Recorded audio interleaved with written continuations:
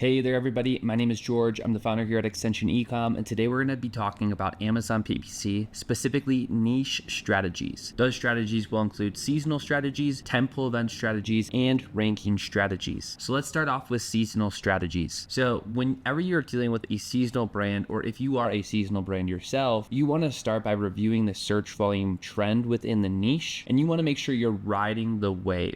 What I see people do wrong is they spend too much during down months and they spend too little during months of immense demand. So we need to start by understanding what that wave looks like so that we can set proper budgeting goals and ride the wave properly. In order to do that, we need to use Helium 10 Cerebro to identify what are the top search volume terms within your niche. Then we need to track those terms so we can see on a year-long or all-time look back when things will spike and when things will fall off. Then we want to review your historical sales data and set sales goals and tacos goals so that we can spike the spend properly and we can then optimize backwards into goal each month. So let's break this down within Helium 10. Okay, here we are within Helium 10. So as you can see, I've gone ahead and I've input some ASINs and I've generated the data within Helium 10 Cerebro. So now that we've input the data, what we can do is we can export the data and we can identify what are the top search volume terms for these fertilizer businesses. And obviously fertilizer is going to be highly seasonal. Okay, so first thing we're going to do is we're going to export the data here. Once we've exported the data, we're going to go ahead and we're going to open that data up, and here's going to be our raw keyword data. Now what we're going to do is we're going to add some filters here. Personally, I'm going to do fertilizer.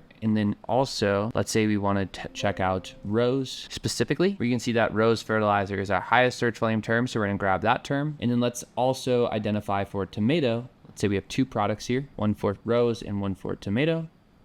We got our two terms, we've identified our rose and our fertilizer, and here they are. So again, this is gonna apply to any seasonal niche here. I'm just using this as an example. So we go ahead and we say, okay, these are our two terms. Now we wanna set up a keyword tracker. Okay, so we have our keyword tracker set up. We have tomato fertilizer, we have rose fertilizer. So next what we're gonna do is we're gonna go ahead and we're going to identify the trend. So we can see here for tomato fertilizer, the trend is going to pick up quite significantly starting in March and then really skyrocket in April. It's going to hold strong throughout May, June, and July is going to do well until the second half of the month, and it's going to start falling off here in August. And then we can look back at an all-time window to see if that's kind of, how it typically trends. So you can see we're here in June, July, it's starting to fall down quite a bit, and then August, and then it's going to really bottom out here in November, December. See it's starting to pick up February, March, April, May, June, July. It starts to come back down again, and in August, it's coming down. So now we know, okay, in general, that's our trend, right? It's going to start to marginally pick up in February, massively pick up in March, skyrocket April, May, June, start to fall off on the second half of July, fall off in August, and really bottom out around November and December. So now that we have that information, what we can do is we can review their sales data and come up with some goals. So here's 2025 sales data, and let's say it's 2026, right? And what we want to do is we want to start defining our goals. And let's say we have a growth goal of 25%. So we would go through and we would define 25% each month. What would that look like? Okay, so now that you've defined your sales goal, what you want to do is you want to define your tacos goal. So for tacos, you're going to factor in things such as cost of goods sold. You're going to factor in things such as shipping. You're going to factor in all the different SKU economics prior to your ads. And then you're going to say, okay, how much do I want to allocate to ads? And the remainder is going to be your profit. So let's say that's going to be a 20% number. So what you'd want to do is you say, okay, I'm going to forecast that my tacos is going to look like this. This is 20%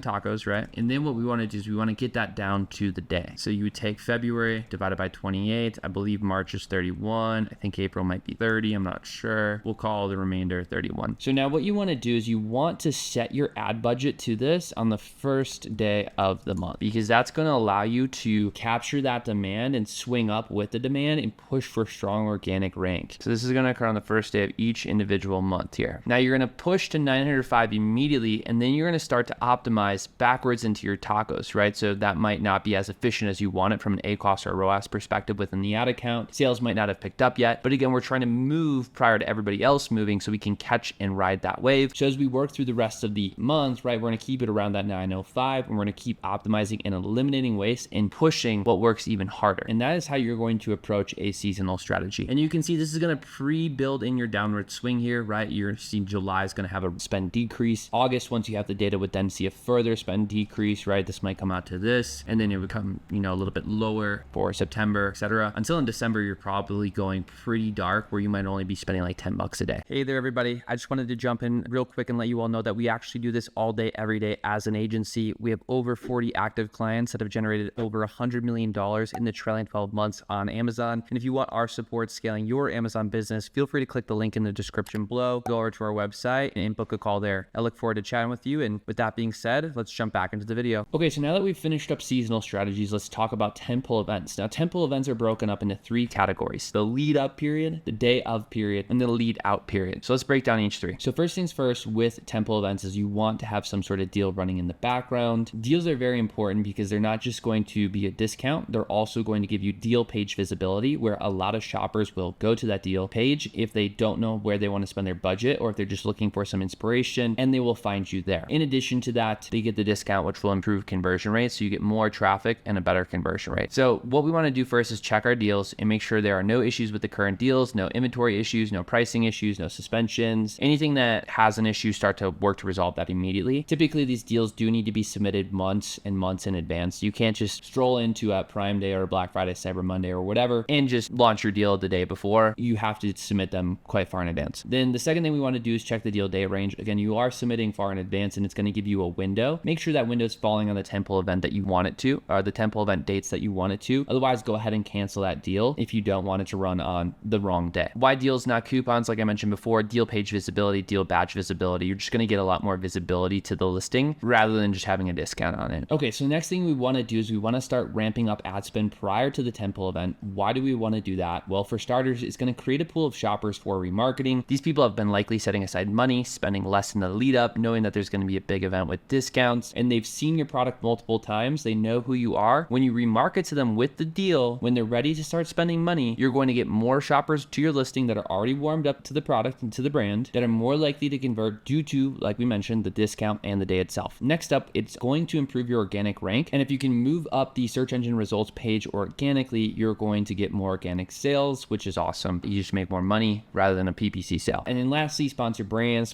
video, sponsor display, DSP, streaming TV. All these things are going to help build brand recognition. And if you can get people specifically looking for your brand, they're searching for your brand on a tentpole event day or any day of the month, those conversions are going to be significantly higher than non-branded traffic, cold traffic. And that's obviously just going to generate more sales velocity for the business, which is a win. So when do we want to ramp? We want to start ramping anywhere from 2 to 6 weeks prior to the tentpole event. And that depends on your goals and that depends on your level of investment. If you're going to be doing massive upper funnel tactics such as streaming TV, 6 weeks might even be on the short end. You might want to expand that to 8+ weeks, versus if you're just doing a lower funnel ramp to try to improve some organic rank and build up a pool of shoppers for remarketing, that could be 2 weeks, and on the low end 1 week. So how to ramp? So you're going to create tentpole specific campaigns by harvesting keywords from all the other campaigns in the account that perform well. That's also going to go for ASIN targets or any sort of category targeting or any targeting in general. And then you're going to go ahead and ramp up these campaigns, not the normal campaigns. Yes, this will include some duplicate keywords and targets, but we really want to ramp up a separate set of campaigns and let those do the spending, so that post tentpole event we can easily clear them out and not have this issue where it takes forever to get back to baseline and we see significantly worse efficiency in the lead out period. We can immediately get back to efficiency during the lead out period due to these campaigns that we've set aside for the tentpole event. Now, last thing is going to be in the lead up, client communication or just internal communication. If you are the brand owner yourself, there will be pre-deal sales drops in roughly the 1 week prior to the tentpole event. People are going to be pulling back on sales. We see this across all accounts, across the board, every niche. Very normal. It happens every year. And this is because people are window shopping and they're getting ready to spend money on the day. So the other thing we want to do is we want to set tentpole event budgets and ROAS goals. So set daily goals for both budget and return on ad spend. Now, return on ad spend goals should be lower than usual so that we can fuel the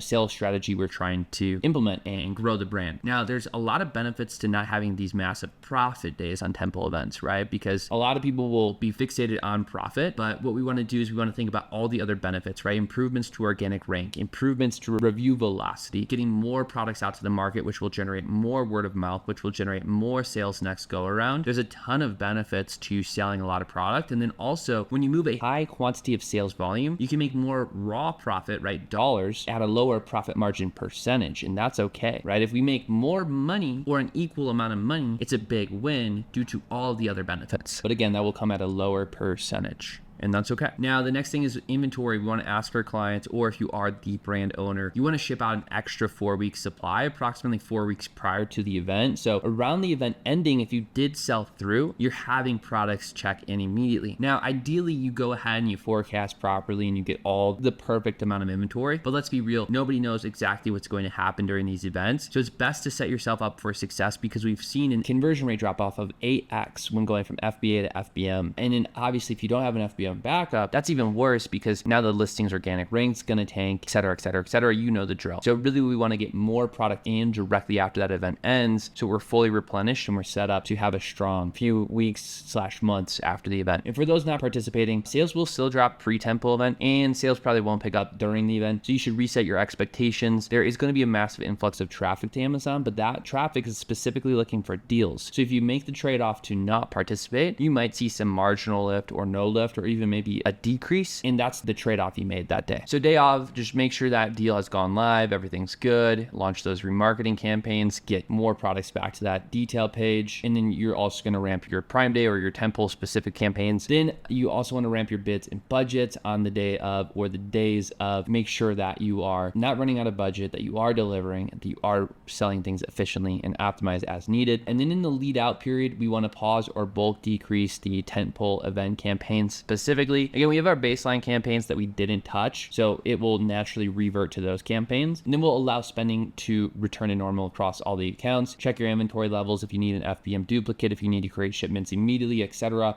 Make sure you do so. Okay, so now that we've finished off the Tentpole event strategies, let's talk about some ranking strategies within Amazon. So if your listing is indexing for 800 or more keywords, we want to start focusing on ranking better, moving up the search results page, because you already cast a wide enough net to capture new to brand shoppers. So now we need to capture new to brand shoppers on specific search terms. And once we win those search terms, we can move up into broader, larger search volume terms. So first thing we're going to do is we're going to use Helium 10 Cerebro to identify at least 3 keywords with decent monthly search volume to rank on. Then we're going to go ahead and create single keyword campaigns for them. We're going to make sure SEO includes them in the listing, and we're going to track them within the keyword tracker. Okay, so I've gone ahead and pulled this listing here. We have about 1,600 keywords that we can look at to see what we could rank on. It is indexing for more than 800, so it's in the prime position to do so. So let's go ahead and let's export the data, and let's jump into the Excel sheet. Okay, so the first thing we've done is we've gone ahead and we removed any sort of brand, or as much as we could. We didn't spend too much time, because you can also just think through it mentally and identify like, hey, these are the terms I want to rank on, and just avoid branded. But in this case, just did some brief removing of brand. Next up, I added a filter for organic rank, and it's a numbers filter between 8 and 50, so that we can identify things that can actually see some incremental gains. We don't want to go after things that are ranked like 300, because that's going to be on page like 9. If you go from page 9 to page 3, you're going to see no lift to organic sales, or absolutely minimal lift, and you're going to have put in a lot of work to do that. But if you can go from page 3 to page 1, or page 2 to page 1, which is going to be 8 to 50, well, you're going to see immediate lift to organic sales, which is going to be great, and that's the goal. So what we're going to do is we're going to go ahead and we're going to filter it search volume largest to smallest, because again, we want something that's actually generating searches. You know, if we go ahead and rank on this guy right here, whatever it is,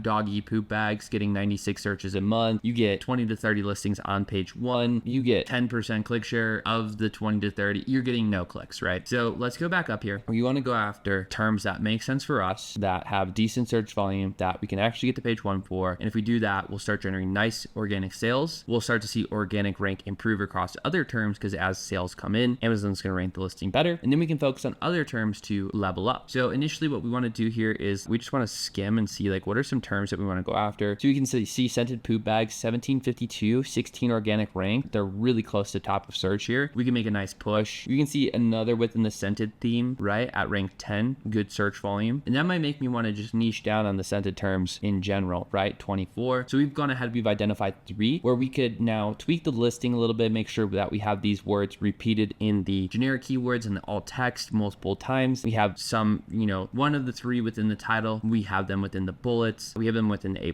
content, brand story, etc. Just make sure we have them all across the board. Then we can set up 3 PPC campaigns, or 1 with all 3 in it, whatever you prefer. And we can put these on exact match. I would also probably put it on phrase match too, just to generate good sales velocity here. And that would be in separate campaigns, obviously. And now we're going to make a push on these keywords to grow these keywords to rank better. And then the last thing we need to do is we need to go within our keyword tracker, similar to what we did before, and we need to set it up. We need to input the ASIN, we need to input the keywords we're trying to rank better on, and then we want to track them on a weekly weekly to monthly basis. You don't want to track daily. There's too many swings in Amazon on a day-to-day basis. You'll just drive yourself absolutely crazy. So again, make sure you're tracking it once a week, once a month to see trends. And you want to see a trend line that's positive over an extended period of time. You don't want to worry about the day-to-day bumps because again, the algorithm is going to do what the algorithm does and it's going to give you nightmares. And that's really everything for today. So quick recap, we talked about seasonal strategies, Tentpole event strategies, and ranking strategies, and you can use all of these different strategies to grow your business or your client's business. Thank you for listening in. If you liked what you watched today, feel free to go ahead and like, comment, and subscribe. I'll be putting out more videos on a weekly basis that will help you grow your Amazon channel. Thanks. Have a good one.